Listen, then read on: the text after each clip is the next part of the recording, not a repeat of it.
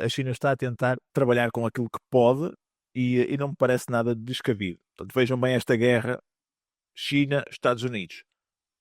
Perguntei aqui que indústrias efetivamente é que, para nós termos uma ideia e não ficar tudo em abstrato, que indústrias efetivamente é que poderiam então, com este plano, dar à China realmente um domínio, né? Para que é que estes chips são usados?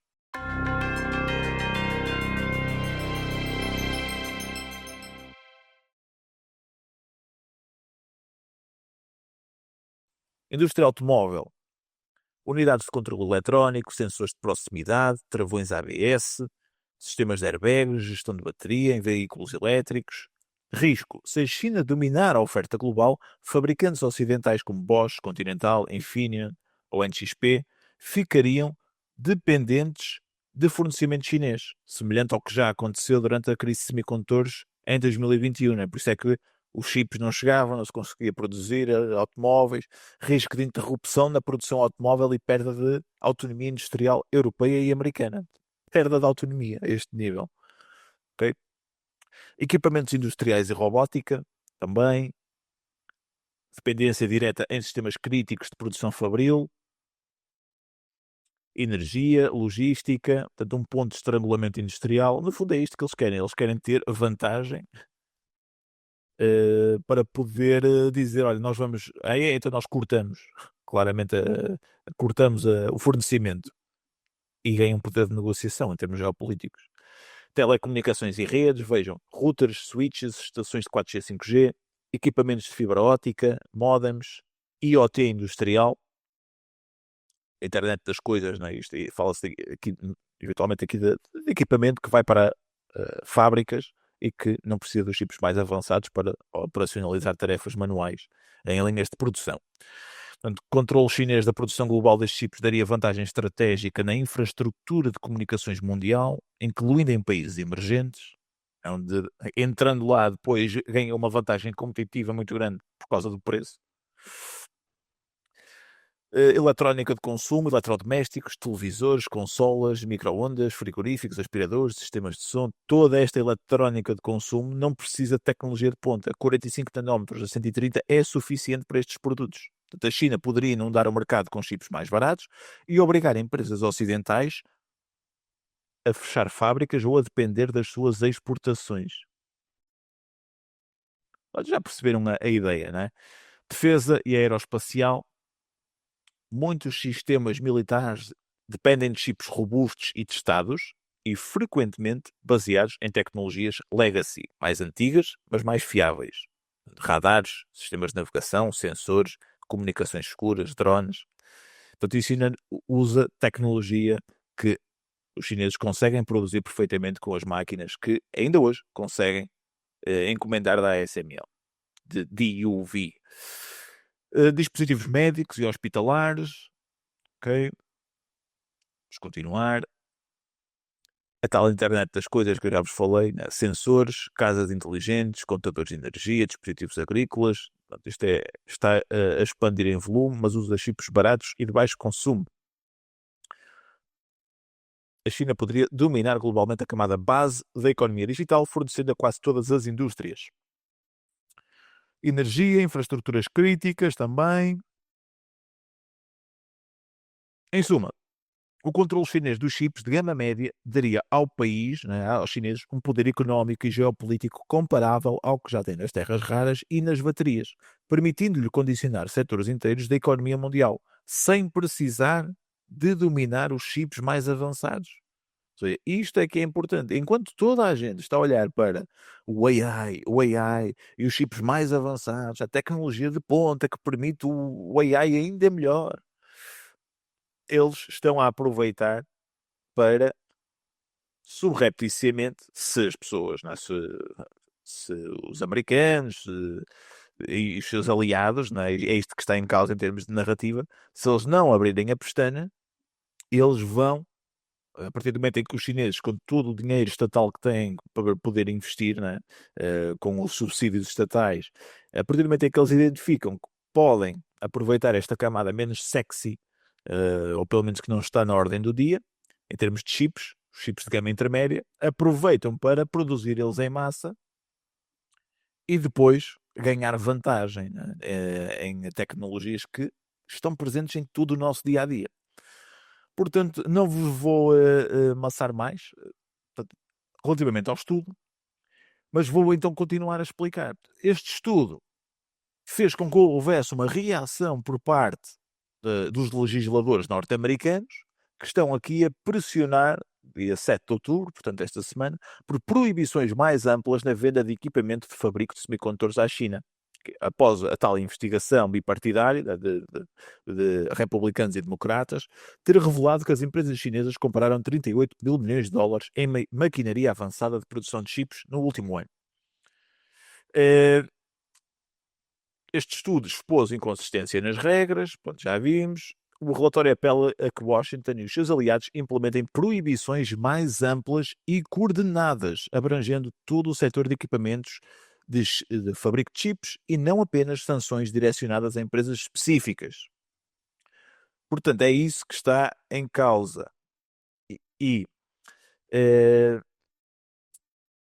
Falo também aqui de algumas empresas. Portanto, este montante, os tais 38 mil milhões de dólares comprados em 2023 pela China, reparem que o estudo até refere aqui em 2023, representam um aumento de 66% face a 2022, ano em que várias restrições à exportação foram introduzidas. Portanto, esse montante correspondeu quase a 39% das vendas combinadas das 5 maiores fornecedoras mundiais de equipamentos semicondutores. Aqui estão: Applied Materials, Lam Research, KPLA, ASML e Tokyo Electron, no Japão. Esta última. As vendas estão a tornar a China cada vez mais competitiva, com implicâncias significativas para os direitos humanos e para os valores democráticos a nível global.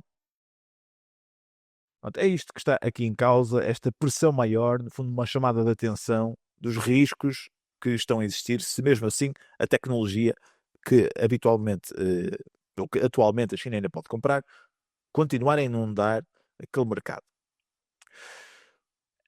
A partir do momento em que a administração chinesa percebeu que aqui no Ocidente estão a abrir a pestana, eles contra-atacaram.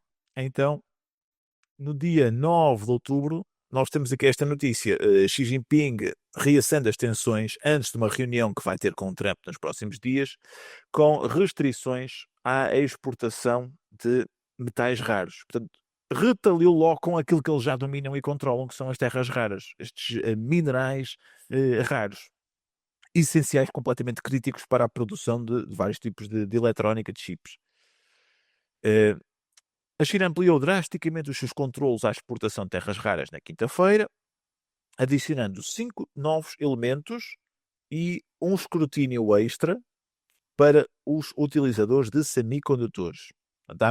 À medida que Pequim reforça o controle sobre o setor antes das negociações entre os presidentes. O maior produtor mundial de terras raras também adicionou dezenas de peças de tecnologia de refinação. Ou seja, tecnologia de refinação, como já vamos ver, é aquilo que permite extrair o mineral, purificá-lo do minério, ou seja, da rocha que é previamente extraída da superfície terrestre. Depois é preciso purificar e existe tecnologia que permite obter o mineral no seu estado puro e é tecnologia avançada. Portanto, todas essas peças para tecnologia de refinação, eles também estão a apertar o controle sobre isso. Não é apenas isso, sobre o mineral em si, sobre as terras raras.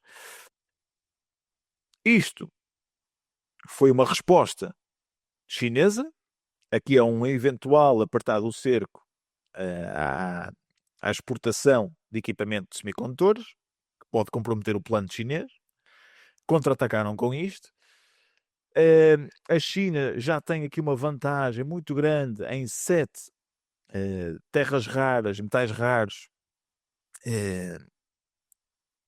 nomeadamente aqui este samário. Eu tenho já aqui os nomes disto em português, porque samarium, gadolinium, estes nomes são realmente até bastante cómicos, alguns até de pronunciar, mas já existe, no fundo, o que é interessante aqui de sublinhar neste gráfico é que os Estados Unidos têm zero produção refinada destes elementos. Portanto, eles não conseguem obter este elemento no seu estado puro para depois poderem utilizar. hein, para depois poderem fabricar produto acabado, desde ligas metálicas a outros componentes. Portanto, sob as novas regras, Pequim reforça ainda mais o seu domínio no setor ao adicionar 5 elementos de terras raras: oólmio, o érbio, o túlio, o európio, o itérbio, e ímãs e materiais relacionados à sua lista de controle existente, exigindo licenças de exportação, tal como no Ocidente se exige licenças de exportação a uma ASML para exportar determinada máquina para a China. Portanto, o anúncio na quinta-feira elevou o número total de elementos restritos para 12 dos 17 tipos de terras raras que existem. Também já vamos ver quais são. Também serão necessárias licenças para a exportação de tecnologias utilizadas na mineração, fundição e processamento destas terras raras, bem como para a fabricação de ímãs. As empresas estrangeiras que desejam fornecer terras raras produzidas na China ou processadas com tecnologias chinesas também precisarão de obter uma licença de acordo com o Ministério do Comércio do país. Portanto, no fundo, eles também do lado deles têm um controle muito grande sobre isto, tal como aqui nos Estados Unidos chega mais rápido a informação e o contexto de que aqui nos Estados Unidos tenta-se controlar a obtenção dos chips da Nvidia, do equipamento da ASML, entre outras tecnologias, né, da cadeia de valor de semicondutores, que os Estados Unidos tentam de alguma forma maniatar e impedir a China de ter acesso, mas lá eles têm exatamente a mesma coisa com matérias-primas críticas e essenciais. Estas são as 17 terras raras que existem, ok? E os seus usos principais. Estas eram as 7 que já estavam aqui envoltas num controle de exportação por parte da China. E eles adicionaram agora mais 5 que ficam aqui, pronto, de acordo com esta notícia, um controle muito mais apertado, com licenças que precisam de ser concedidas para a exportação. Portanto, eles impedem que todos estes minerais, né, estas terras raras, que são usadas em ligas metálicas, supercondutores, catalisadores, lentes ópticas, baterias, fabricação de vidro, catalisadores automotivos, ímãs, que o Promesse este aqui é o único que é pouco usado, muito pouco usado no dia a dia, devido à radioatividade. Mas depois, ímãs, aplicação em motores, sistemas de defesa e magnéticos estáveis a temperatura alta, fósforos para telas, iluminação fluorescente, LED, aplicações de aparência luminosa. Aqui o gadolínio, ressonâncias magnéticas, contrastes, ligas magnéticas, nucleares, material para reatores, dispositivos ópticos também, sensores. Este aqui, o Disprose, adiciona estabilidade térmica a determinado tipo de ímãs. Usado em motores de veículos elétricos e turbinas. Aplicações em lasers, ímãs, reatores, fibra óptica, óxidos usados em vidro, fibra óptica, lasers de raio-x, dispositivos médicos, sensores especiais, lasers, relógios atómicos, física quântica, catalisadores, equipamentos médicos. Portanto, isto é usado para se conseguir desenvolver chips e produtos do dia a dia. Tudo parte de uma série de minerais, das matérias-primas que ajudam efetivamente a conseguir-se produzir, né, tudo aquilo que vemos no mundo, ou quase tudo. Onde é que elas estão? Pronto, para vocês verem aqui, a China tem as maiores reservas das terras raras. Encontram-se em diferentes tipos de depósitos minerais, podem coincidir com o tório, um elemento radioativo que torna a sua extração difícil e cara. A eventual contaminação surge na fase de tratamento, por isso é que eu vos falei ainda há bocadinho que a tecnologia de refinação é algo avançado, porque a refinação depois tem que conseguir o mineral no seu estado puro, né, para depois poder ser utilizado. Este gráfico representa os países com as maiores reservas conhecidas no mundo, no seu território. E vejam que os Estados Unidos comparativamente à China, tem uma fração muito pequenina. Vietnã também, Vietnã e Brasil acabam por ter aqui reservas também interessantes. Combinados, Vietnã e Brasil conseguem eh, ter as mesmas reservas no seu território. A Rússia também, Índia, Austrália, têm aqui praticamente todas as reservas totais estimadas que existem, mas China, além de conseguir ter as reservas, tem domina as tecnologias de refinação. Portanto, é muito isto que estamos a falar. Aqui estas exportações, este controle das exportações, esta é a versão de Beijing, a versão de Pequim, para aquilo que os Estados Unidos já fazem ao restringir a exportação de chips para a China. Isto é a versão deles daquilo que já acontece no Ocidente relativamente aos chips. Pronto, isto aqui está falado. Para terem uma ideia, a produção, né, a extração do minério, né, da rocha, onde está o mineral, né, terras raras, né, os minerais. Depois a refinação permite separar e purificar os elementos, né, para se ver assim, neste recipiente vemos aqui o elemento no seu estado puro, está totalmente diferente daqui, não é? Isto é a crosta terrestre num depósito, num local de depósito destas terras raras, onde elas se encontram. Depois é preciso fazer este trabalho de refinação e depois há a fabricação, né, dos produtos finais com esses elementos. Ligas metálicas usadas em todo tipo de construção, alumínio, ferro, prata, cobre, chumbo, aço, bronze, mesmo ouro também às vezes se combina com alguns elementos para ficar mais resistente, dependendo da aplicação, ok? Dependendo da aplicação. Ímãs, baterias, motores, portanto, isto são componentes essenciais para o dia a dia da sociedade e que são controlados pela China. Portanto, as restrições da China, a medida mais direcionada até agora para limitar o fornecimento de materiais de terras raras, representa a primeira grande tentativa de Pequim de exercer jurisdição sobre empresas estrangeiras para atingir a indústria de semicondutores, ameaçando paralisar os chips que impulsionam o boom da inteligência artificial. Estão a tentar combater desta forma. Levaram o presidente dos Estados Unidos, o Trump, a querer impor 100% de tarifas adicionais e controlos de exportação sobre todo e qualquer software crítico.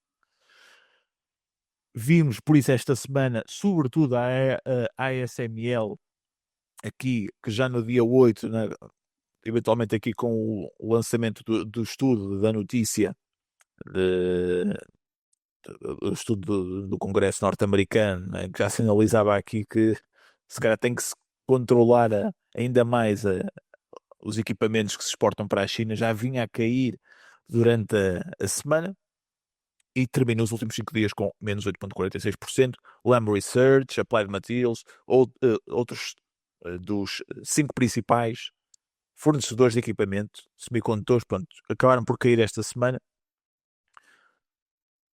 Estão aqui, como vocês veem, a ASML, Applied Materials, Lam Research, mas também já vamos ver que há aqui também quem fica no meio deste turbilhão, como é o caso da maior produtora mundial de chips e dos chips mais avançados, como é a TSMC, que ficam aqui no meio de todo este turbilhão e que também está a haver uma tentativa da China para, de alguma forma, também afetar a indústria de semicondutores do Ocidente, através das terras raras, isso também acabará por se sentir na fabricação dos chips mais avançados de IA.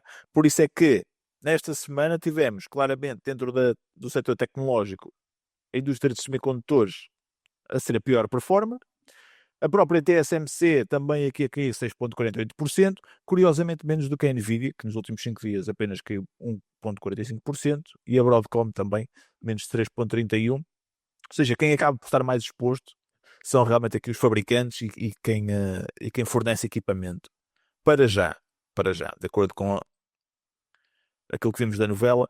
A China também está aqui a avançar com uma investigação anti-monopólio relativamente a uma aquisição que a Qualcomm fez recentemente, que é a aquisição da Autotalks, por isso é que também vimos a Qualcomm a cair significativamente.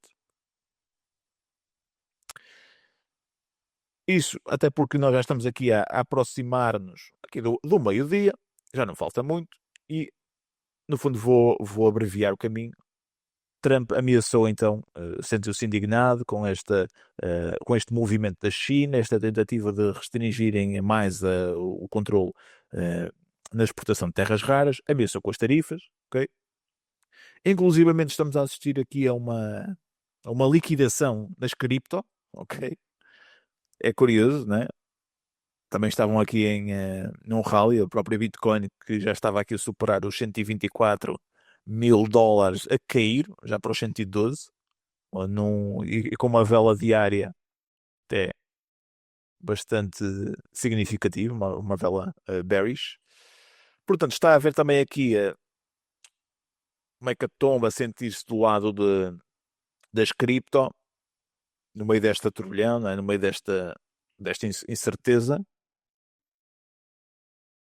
No meio disto, outra notícia que também passou aqui no Senado foi esta lei, ou esta proposta de lei, que no fundo nos diz o seguinte: os chips da Nvidia e da AMD têm primeiro que, aqueles que também puderem ser exportados para a China, primeiro tem que se suprir as empresas americanas. Só depois é que os chips vão para a China, ok?